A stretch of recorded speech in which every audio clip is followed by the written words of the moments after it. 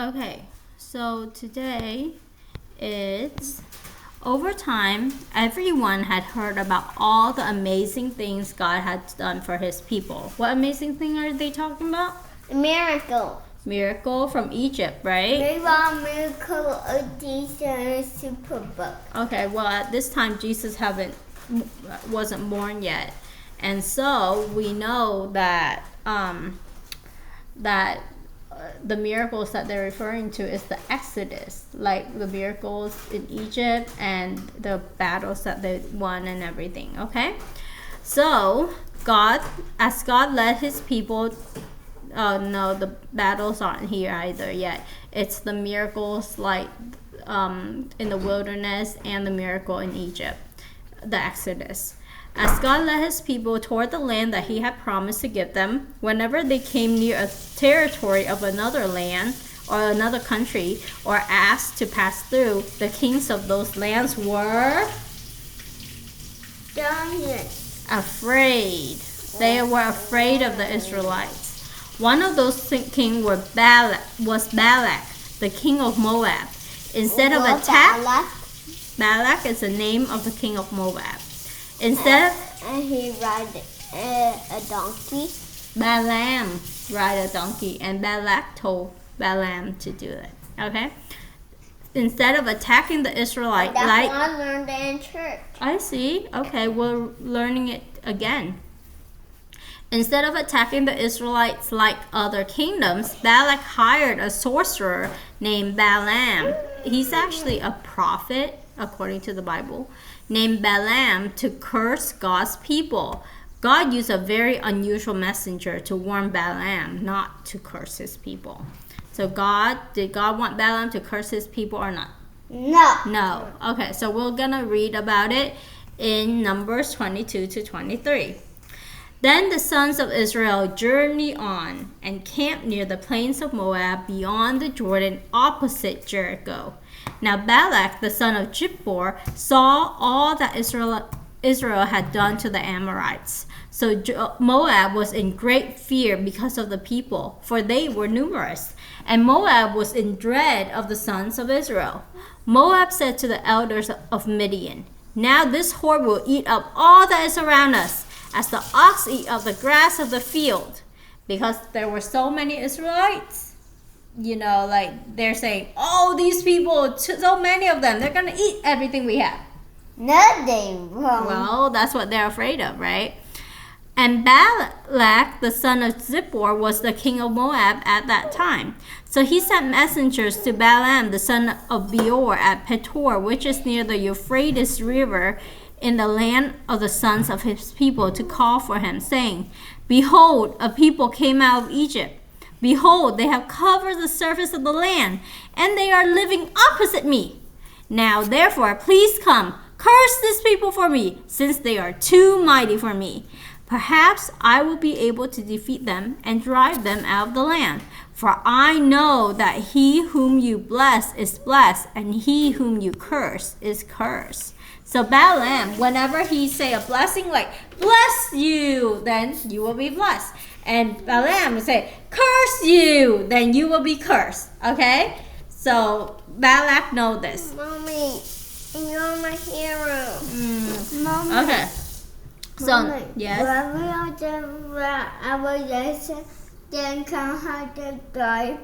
Yes.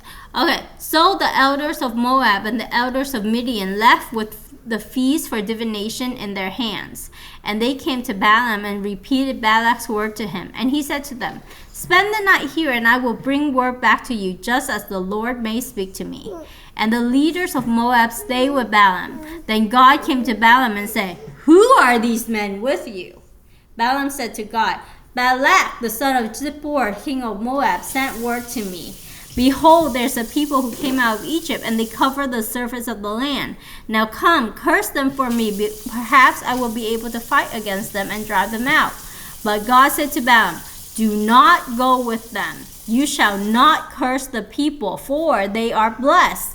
So Balaam got up in the morning and said to Balak's representative, "Go back to your land, for the Lord had refused to let me go with you." And the representatives from the Moab got up and went to Balak and said, Balaam refused to go with us. Then Balak sent representatives once again, more numerous and more distinguished than the previous.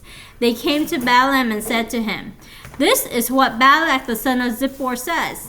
I beg you, let nothing keep you from coming to me, for I will indeed honor you richly, and I will do whatever you tell me. Please come then, curse this people for me." But Balaam replied to the servants of Balak, "Even if Balak were to give me his house full of silver and gold, I could not do anything, either small or great, contrary to the command of the Lord my God." So who? Yes. The Balak myself. Yes. I saw bulletin. I saw me alcohol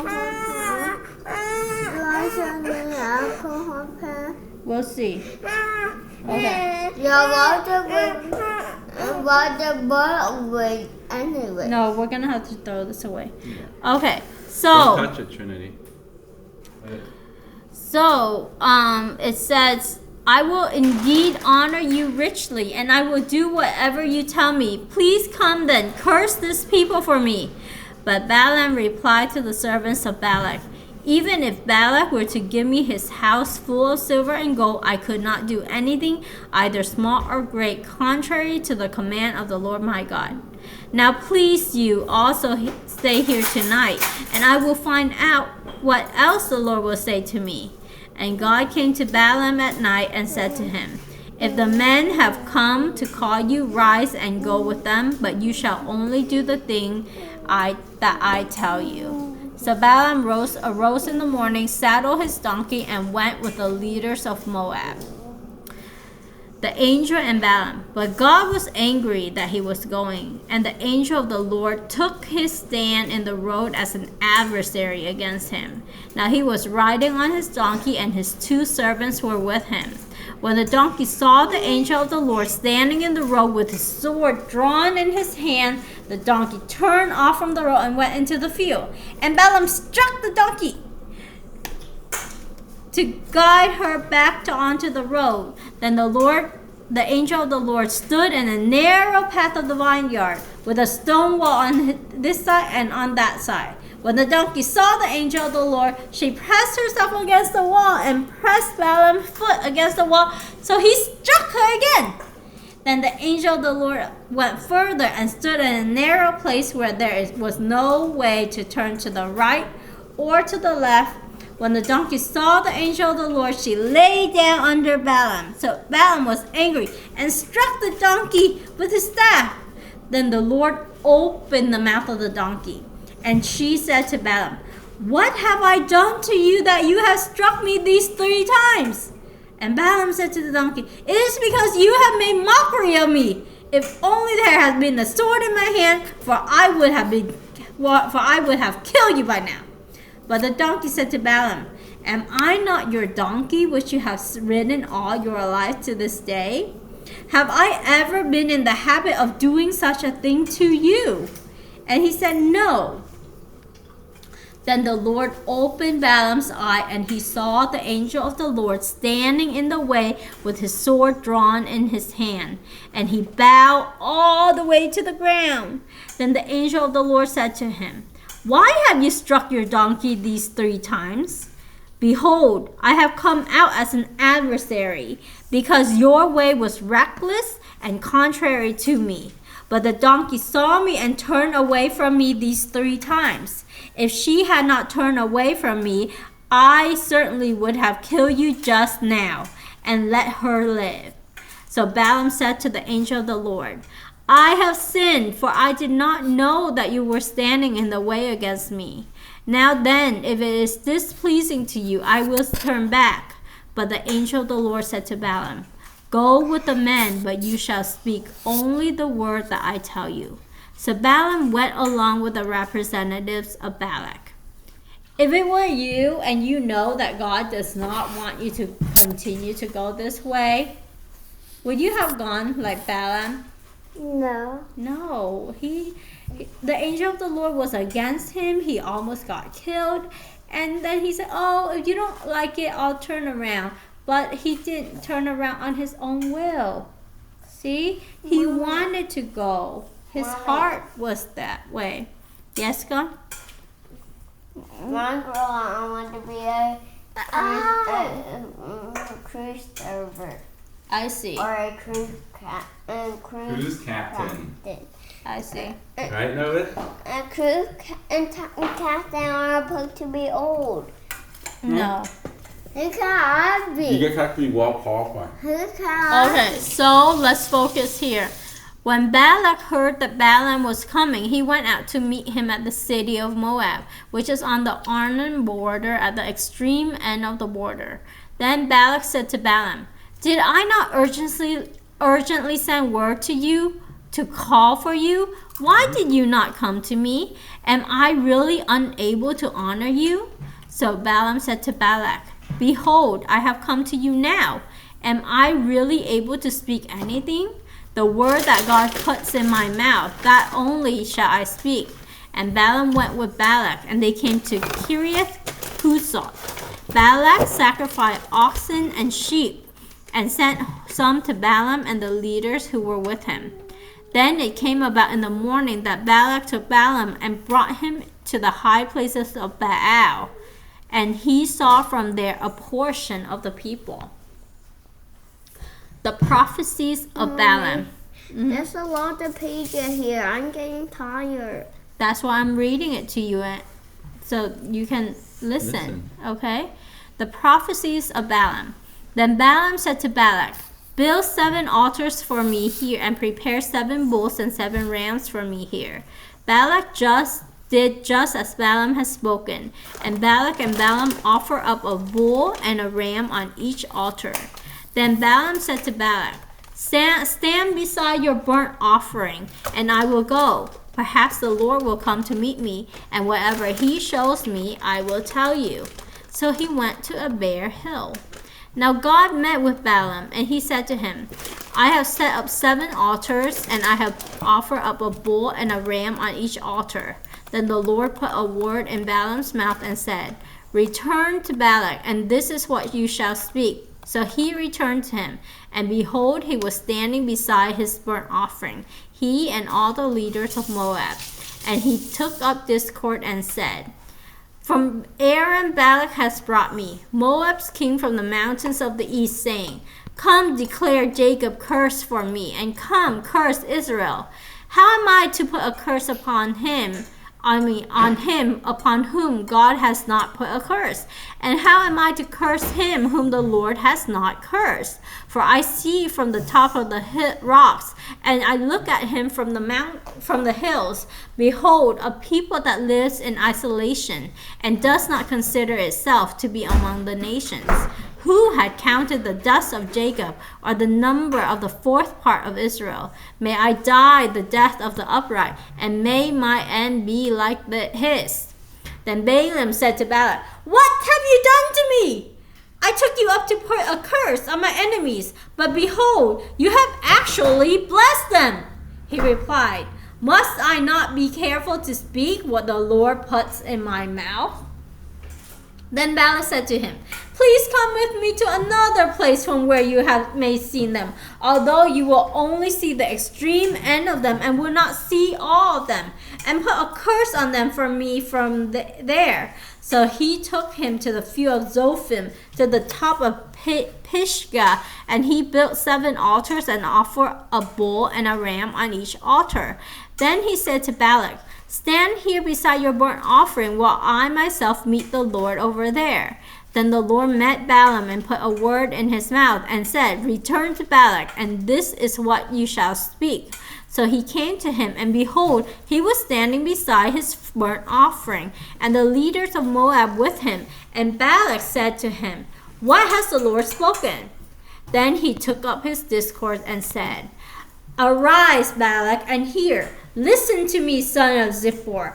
God is not a man that he would lie, nor a son of man that he would change his mind. Has he said, and will he not do it? Or has he spoken, and will he not make it good? Behold, I have received a command to bless. When he has blessed, I cannot revoke it. He has not looked at misfortune in Jacob, nor has he seen trouble in Israel. The Lord is his God is with him, and the joyful shout of a king is among them.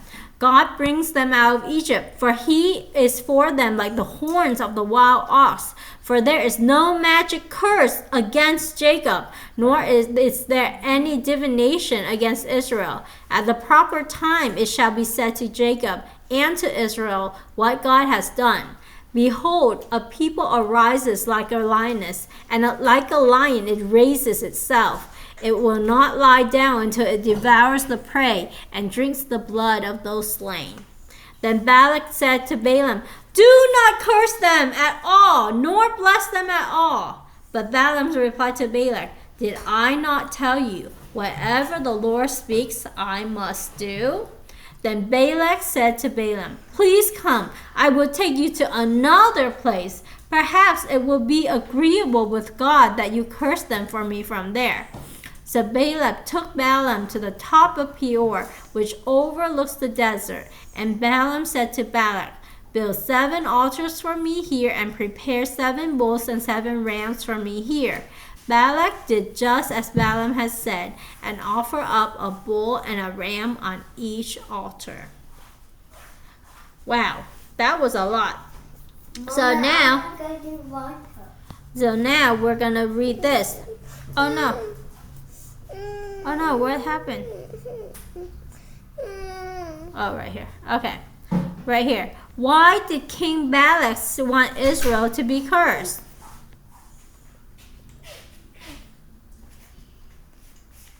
Numbers 22, 4-6. Let me see. So why did he want Israel to be cursed? Because there were so many of them, and they wanted to eat everything he had. Right, because there were so many of them, and he heard about the miracles, right? So 22, 4-6, let's check it. Verse 22, 4-6. Right here, Moab said to now this whore will eat up all that is around us, as the ox eat up all the grass of the field. And Balak the son of Zippor was the king of Moab at that time. So he sent messenger to Balaam the son of Beor at Petor, which is near the Euphrates river, to call for him, saying, behold, a people came out of Egypt. Behold, they have covered the surface of the land, and they are living opposite of me. Now therefore please come and curse this people for me, since they are too mighty for me. Perhaps I will be able to defeat them and drive them out of the land. For I know that he whom you bless is blessed, and he whom you curse is cursed. So, because there were so many of them, and he heard about the miracles, and think they are mighty, but wants to defeat them. So that right here. So what did Balak promise to Balaam if he would curse the people of Israel? What did he promise? Never go. No Trinity go. No. Verse 17. For I will indeed Your promise. do what to Balaam? For I will indeed what? Now indeed strike your donkey. No, honor. So the king want to honor Balaam if Balaam curse, right? So right here, can God's blessing or cursing be bought? Yes or no? Can you buy God's blessing or cursing? No. No, correct. Because remember, Balaam wanted the money and the honor, but he couldn't. He only said what God tell him to do, right? God doesn't lie, and he doesn't change his mind. Does anyone have the power to change what God desires to do? No. No, correct. 23 verse 9. Verse number 23:19. Right here. God is not a man that he would lie, nor a son of man that he would change his mind. Has he said, and will he not do it? Or has he spoken, and will he not make it good? So, does anyone have the power? No. Only God does. God decide what he wants to do, right? So, no. So, what did Balaam's donkey see that Balaam didn't? The angel. Yeah, the angel. So God used Balaam's mouth to bless his people, but Balaam did not turn away from his greed and bless you and follow the one true God. That's good or bad? Bad. Bad, right. So now you're gonna do this and find the difference. And let's do the memory verse together. Have I not commanded you? So question. Have I not commanded you? Be strong and courageous. Do not be terrified. Do not be discouraged. Do not be discouraged. For the Lord your God will be with you wherever you go. Joshua 1 verse 9. Okay, again. Have I not commanded you? Be strong and courageous. Do not be terrified. Do not be discouraged. Discouraged. For the Lord your God will be with you wherever you go. Joshua 1 verse 9. Okay, Novus, your turn. I don't want to. Do your hand movement. Okay, follow my hand movement. Go. Have I not commanded you? Be strong and Courageous. courageous. Do not be terrified. Do not be discouraged. For the Lord your God will be with you wherever you go. Good job, Joshua 1 verse 9. Trinity, your turn. Okay.